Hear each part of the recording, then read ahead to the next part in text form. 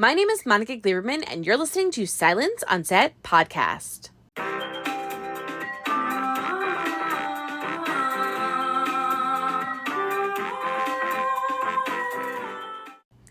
On today's podcast, we're talking to the director and cast behind the latest hit comedy, Maximum Truth. The comedy follows a documentary crew who looks at political grifter Rick Klingman as he teams up with a sketchy buddy Simon to take down a rival congressional candidate. So, to talk about the film and what we can expect with some of the layers and themes in it, here's director and writer David Stassen and writer and star of the film, Ike Barinholtz. Hi, guys. Hi. So, of course, I bothered David because I love the two of you. I think you're aware. I think this is known that I love you. Back at you. So, I watched the movie. I was hysterically laughing. Oh. It's so good. So good. Thank you. Thank you. I'm so excited for both of you. So you both wrote it. David, I recognized your voice. So I wasn't sure and I waited for the credits. So you're in it. Obviously, you're the star. Let's be real. Let's be real about this here. Yeah. You really chewed up the scenery. It's Dave's voice. The reality is we were hoping to dub all of Dave's lines with Vin Diesel. And we just thought it'd be better if it was like, you heard off camera, like, why are you doing this? You know what I mean? And Vin said no. We sent it to him. We went to his house in France to talk to him. He said, wouldn't let us in. Told us to leave, unleashed dogs on us. So then we said, we'll just keep it, Dave. Yeah. Just keep it. Yeah. Well, it's so funny. I've seen your videos too on social, which I told David, which I thought were so hilarious of you guys interviewing each other. But I want to ask you guys. So obviously it's a satirical. I mean, there's so many things in this movie that you guys are trying to say in a very funny way. So I want to ask you, what was one of the most important things that you're trying to get across? Is it the press, the monotony of how ridiculous it is that people try to kind of con other people and get dirt on other people?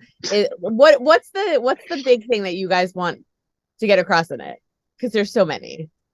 I mean, I think for me, and it's everyone can take away their own thing from it. But for me, I feel like, unfortunately, kind of what I want to say is that I don't think there's a bottom to the depths that people go. I mean, the way it ends, that Rick is going to stay Rick and Simon's going to stay Simon, and no lesson learned. And I think we're living in the era of these bad faith provocateurs who will do or say anything if it gives them a little more fame and a few more bucks in their bank account, and they'll just keep going shamelessly. So, man, this does not sound like a fun movie. It is a fun movie. It is a fun movie. But yeah, I think Dave, go ahead. I was going to say, to kind of just piggyback on that, I feel like the country used to have a strong relationship with shame, where shame was a thing, where it was a bit of a checks and balances thing, where people didn't get so crazy because they were afraid of being shamed. Right. And I think that we've really seen in the last 10 years or so, shame just kind of start to go away. And you almost kind of, whatever your worst trait is, you lean into it and try to appeal to that side. And so to me, it was you look at this current moment we're living in, and there would be things in this movie that we would do. We're like, this is so crazy. This is like a crazy reaction, or this is a crazy thing for this person to do. And then 6 months after we made the movie, we're like, oh, that thing that we thought was so crazy, now they're doing. You know what I mean? Yeah. It just there's no shame anymore, and people will just kind of do and say whatever they want, just to get money and clout. But to Dave's point, this is a very funny movie. This is a hard comedy. We're not out there. This is not homework. We're not asking you to think about anything afterwards. We're asking you to laugh very hard for 85 minutes and then go to sleep. Well, no, and it's so funny, and you're right, because it's so ridiculous that it's so funny. So you could watch it fully just based off entertainment and you just want to have a Yes. good time and laugh, or you could watch it like me as a journalist and I'm critically watching it and I'm going, ooh, I get what they're making fun of, or oh, I got that. Like, you know Yes. what I mean? So Well, like there's definitely an audience, I think, for everybody for this. definitely, and we use this structure, we use this world because it is very real. We're all living in it, and whether you are a journalist or you're just someone who's kind of just aware of what's happening, like you're going to find those moments where you're like, oh, I know what that is. But Yeah. at the end of the day, we just want people to really just have a rollicking romp of a time. Yeah, the kind of like the simple version of it is this movie is like if Michael Scott and Dwight from The Office got into politics, right? Like, what would happen if those two idiots who we love, and that we have Rick and Simon, our idiots leading the charge. Yes. Well, and what's funny is too, I love, even as a journalist, I love when you guys made fun of the press and I started laughing because I think one of them said, I'm looking for the truth. And then I think Rick says, is it though? Are you looking for the truth? So, I mean, it was just very, very funny. And the lines that you guys did were very funny. Ike, for you, you always play a range of characters, but you're so good as a character actor. You're so good as being funny. I fell in love with you with the Mindy Project. And and I tell this every time. So Dave, I think I told this to David. I hit on Ike the first time I met him because I just loved him. And I think I said, well, because Ike made a joke saying something like, well, I'm not like that much of a hot piece of ass on Mindy Project. I was like, you are a hot piece of ass. And that's how we bonded. That was our bonding moment on the red carpet for the Mindy Project. So still being a hot piece of ass. How do you handle being a hot piece of ass? I mean, I was very aware of the fact that people were going to be looking at me more than Dylan. We know he's a freaky looking guy. I get it. And I knew I was just going to blow him off the screen. This Rick Klingman is definitely like, out of all the pathetic losers I've ever played, I think Rick is living at the top. Like Morgan Tukers had like a real job where he helped people. You know what I mean? Like he helped. Sweet. Morgan. Yeah, he like loved animals. Morgan had values. Morgan had values. I think he loved animals. He had 1,200 dogs. So yeah, he did love animals. I think I would like to think at like the deep, dark recesses of Rick Klingman's heart, he does have love and understanding in him. But I think, unfortunately, like a lot of people, he has compromised any of that good just to have people kind of know who he is. And so I think there's something sad about that. But again, we just try to show him in just like the silliest way possible. Like when you show someone like in their tidy whities with like a CPAP machine, like it's just like you're basically like, this person has big problems. Well, I was gonna ask you, how do you get through those kind of scenes like that? So like when David writes this, or the two of you write this together, and you're like, I got a great idea. I'm gonna have myself be pantless, like walk out of my like, so like all of these kind of crazy scenes.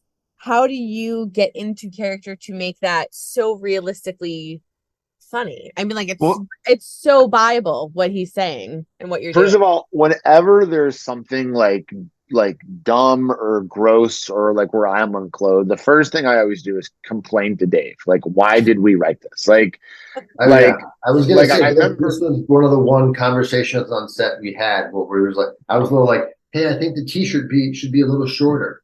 And you're like, no, I don't think it should be that short. I'm like, well, I think it's funnier if we see your butt cheeks. And you're like, well, I don't want to do. And then, and then like you end up kind of, seeing it a little bit.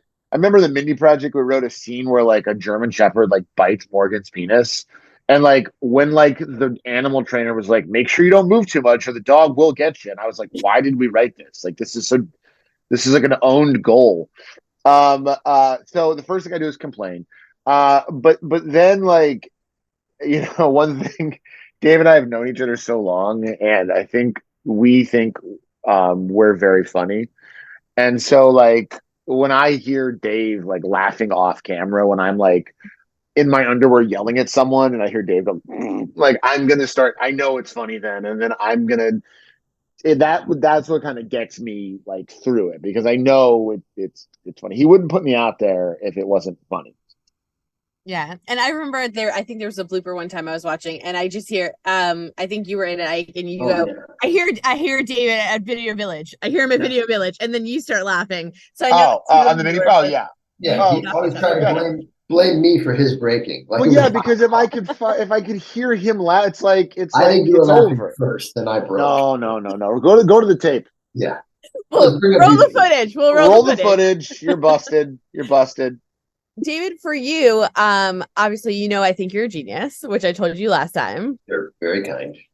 So I wanted to know for you, for working on this film, why did you want to get involved? I don't know. And I asked you this last time. Why did you want to work with Ike again? I don't know. Why? Yeah, why? Why do you want to like go through all this again? It goes bad every time.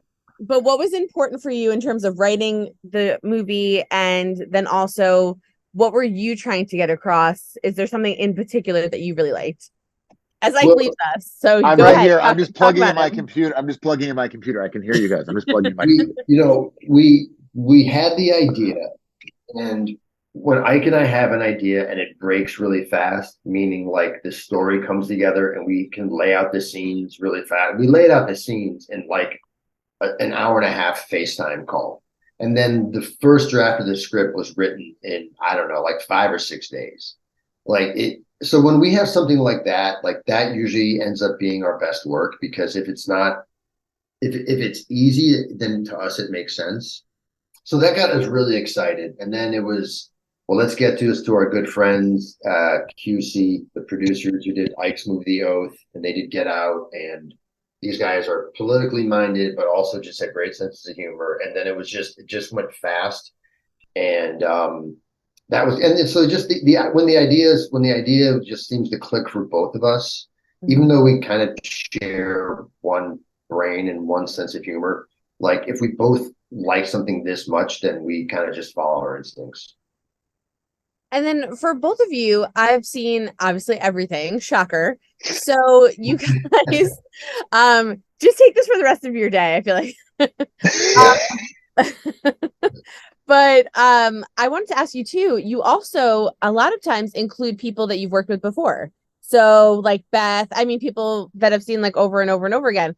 So is there a reason that you guys, I know obviously because you guys are comedic gold all together, but is there a reason that both of you like to bring them in and work with them again on projects? I mean, to me, if you know someone is a killer and you know that they can deliver and they kind of fit the part, it's just like, it's a no-brainer. You know what I mean? Like when we were like, okay, we know we want this kind of like dowager lady who's kind of lost her husband many years ago and is kind of the money behind it. And we were like, well, we love Beth Grant. Beth Grant, you could throw anything at Beth Grant and she will just kill it. And she really is like one of my favorite actresses. So that is like, we just know that is going to work. That component is going to work. And it's the same thing with, like Scott MacArthur is in it. Mm-hmm. And we were like, we need a shady weirdo who's like lurking at a party. And we're like, okay, well, we know Scotty can do that because he played that. He's our friend, but he played that on Eastbound and Down. We brought him on History of the World. Right. So we know, you know what I mean? We know he can like deliver. So it was just, to me, is just having the confidence in an actor is worth its weight. It's one thing you don't have to worry about when you're making a movie, and to bring in these people, you could do worse than to think of them as ringers, I think, just because they always kill and they're always just funny. And you also know that they're nice and are not going to be like abusive to the crew and stuff. You know what I mean? And they also like, they had a good time working with us. So when we call them and we're like, hey, do you have 2 days to spare with us for this thing? It's an easy yes. Mm-hmm. Yeah, just to add to that, there's so many things that come up when you're making a movie, right? There's so many factors, so many unknowns, right? Like, oh, it's extra hot, or half of the extras didn't show up, or whatever. But so to know that who you cast in this role is just going to deliver, it just takes away a huge unknown, right? Yeah. And so you can deal with everything else. And there's so much to do when you're prepping, and to not go through, a lot of casting saves you time. You go to your friends who you know are great. But then we also did allow room for discovery. Like Tony, who plays Rick's roommate, like had never worked with him before, but now we'll work with him on anything. You know what I mean? Like, so I think we on this one had a good balance of like old trusty friends and some new ones. Yeah, yeah. So I think I have like a few minutes left. So really quickly, I want to ask you guys, what is the obsession, really quickly, with Salvation Army? Because this comes up. I don't know if you've ever realized this comes up frequently in your stuff. So what is the obsession? Because I I remember Morgan with the glasses. Yes, I got these from the Salvation Army, those things. Yeah. And it comes up in this movie. What is it in this? Another film. Refresh my memory. What is it in this? When you guys are talking, it comes up like in a conversation. You're like, yeah, we could get that at the Salvation Army, and I was like, they bring it up so. Is it what's Mark the obsession? Croce? Is it where they arrest Mark Croce? Where they arrested him? Yeah, I think it's like during that scene. Yeah. Yes. Why were you caught? Blah blah blah outside the Salvation Army. Yeah. Right. I think it's different. It's different answers from Morgan. We wanted that feeling that Morgan was borderline indigent, and Salvation Army is a great place to, get free clothing, very cheap clothing. And then for this one, I think we wanted a place that just sounded like a bad place to be caught masturbating in. Yeah. that wasn't necessarily like around children. So we were just like, we were pitching. I remember we were pitching on a couple different places, and we were just like, yeah, Salvation Army. That seems like a real bummer to do, to like go and have to be so overcome with whatever that you have to do that there. But that is Monica, that is amazing. You are finding a little micro theme with us. Yes, you guys clearly have to we have every it in film. our brains. Every project, you guys have to do it because it comes up all the time. Like I'll watch it, and even Ike, for you, I think it's like Suicide Squad. Someone said it. Like I just have noticed it, so it just comes up. So now it's got to be an Easter egg for the two of you. I think now everything we're in, we're gonna keep finding little moments. Oh yeah, Salvo. And by the way, I love that scene when he was like, and did I tell you the story about the glasses? And then they're like, yes, oh my god, yes, oh my you got god, them at the Salvation Army. Yeah, everyone by the movie, season 6, everyone's like, we don't care. We don't. They're just like, yes, we know. Like I would bring it up, and like Mindy, they didn't make it in the edit before because they're like, yeah, we know. So annoying. But I love that was the place that you guys picked for him to be masturbating. I just thought it was so funny. I literally was laughing out loud during this whole movie, so it was so good. Oh, that makes me so happy. Like you are one of the first people we've talked to who laughing. is not like a friend or family or worked on this. Yeah.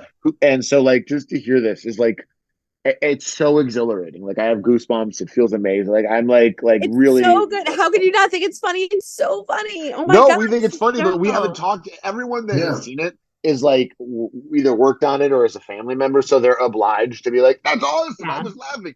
To hear like someone who we're not blood related to is like, "I was laughing really hard," is a joy. So thank you. Oh my gosh, it's so funny.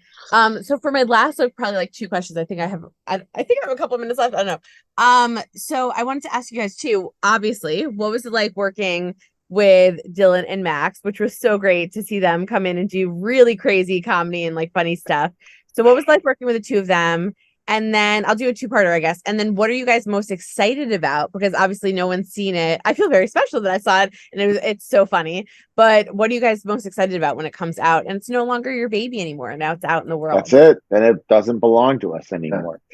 Well, working with Dylan and Max was great. Like obviously we only had Max for like a day, Max is great. We've known him obviously since the Mindy Project. It was Christmas, he was brother, and he's so game. And like he heard this, he's like, "I'm gonna be a politician, but my face is gonna be photoshopped into a porn video." And he was like, the fact that he said yes was just so cool of him. And Dylan, we love him. Dylan just brought I think Ike and I envisioned the character of Simon a little more sort of like nervous and reserved or something, or at least I did. And then Dylan just brought this energy, this like kind of like Jim Bro energy to the character that just made the scenes, I think, with him and Ike just pop even more than they did on the page. And Dylan was great. He was just wanted to play the games that were on the page and that we discovered on the day.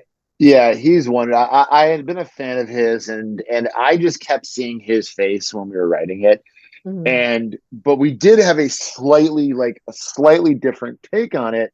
And then he, like Dave said, like the first day we hung out, we were just kind of like riffing, like the way he was playing it, which is just insanely confident, insanely stupid, constantly talking about exercise and shit. It was just so funny to us, and he was just so down. And Max was like just the greatest, nicest guy. And to answer the second part of the question, you work on something, and then you go and you work on other things, and all of a sudden that thing that you worked on now is coming out, and it's just like you said, it's like your baby. You know what I mean? You have all the feelings that come back to you of making it, which was just so much fun, so many laughs, and now it's not ours anymore. Now it's the world's to own, and I'm just excited for people to see it. You know what I mean? It's just you forget sometimes. You're like, oh yeah, we made that, and now it's coming out, and so we're just like over the moon that folks are, and most like we want like fans of ours to enjoy it. We want people who just like comedies to enjoy it, but most importantly, we want the people who run the Dylan O'Brien fan accounts on Instagram to enjoy it. We hope Dylan O'Brien Brazil loves this movie. We hope Dylan O'Brien Portugal feet loves this movie. We really made this hair. Dylan O'Brien hair. Dylan O'Brien Emirates. We just want him and them, all the people who are running these accounts. That's who we made the movie for. So we're hoping that they just think it's as special as we do. Yeah, I'll tag them and everything. Don't worry. It's a lot of tags because it's a lot of fan there's pages. a lot of Dylan accounts. Dylan O'Brien, beautiful Bucharest. I'll tag them and everything. Well, I have to tell you, I have to wrap. I love you guys so much, but it's so funny. And like I said, I was hysterically laughing. I mean, with the shredded, and he was like, but it would say shredded. And like, I mean, I was just dying. Like with all the lines that you guys did, it was so funny. And even how it ends, but I can put this out after the movie comes out, obviously. So even how it ends with one in prison, you're like passing drugs and like you're like, yeah, he's heating up that later. Bye guys. Like, look, it's just so funny, and you guys did such a great job. The writing is hysterical, the acting's fantastic, and I was just hysterical the entire time. So I just want to congratulate the two of you as usual on another fantastic movie. You are the greatest. You are the greatest. Yes, like truly, sure. We cannot wait to talk to you again. You're just like, thank you for being so supportive. Truly. Well, I love both of you. Congratulations. I can't wait for it to come out. It's going to be a huge success, and congratulations. Thank you. You're the best, Monica. You're the greatest. Hope you guys enjoyed listening to David Stassen and Ike Barinholtz talk about what it was like doing Maximum Truth, some of the underlying layers of the film, and of course, the entertainment value and how funny it is. The film will be out June 23rd in theaters and available on demand, so make sure you go check it out. It's so funny. I think you guys will all love it. I highly recommend it. Don't forget to hit the subscribe button so you're updated on all of our latest podcasts, and head over to our YouTube channel, hit subscribe so you're updated on all of our video content.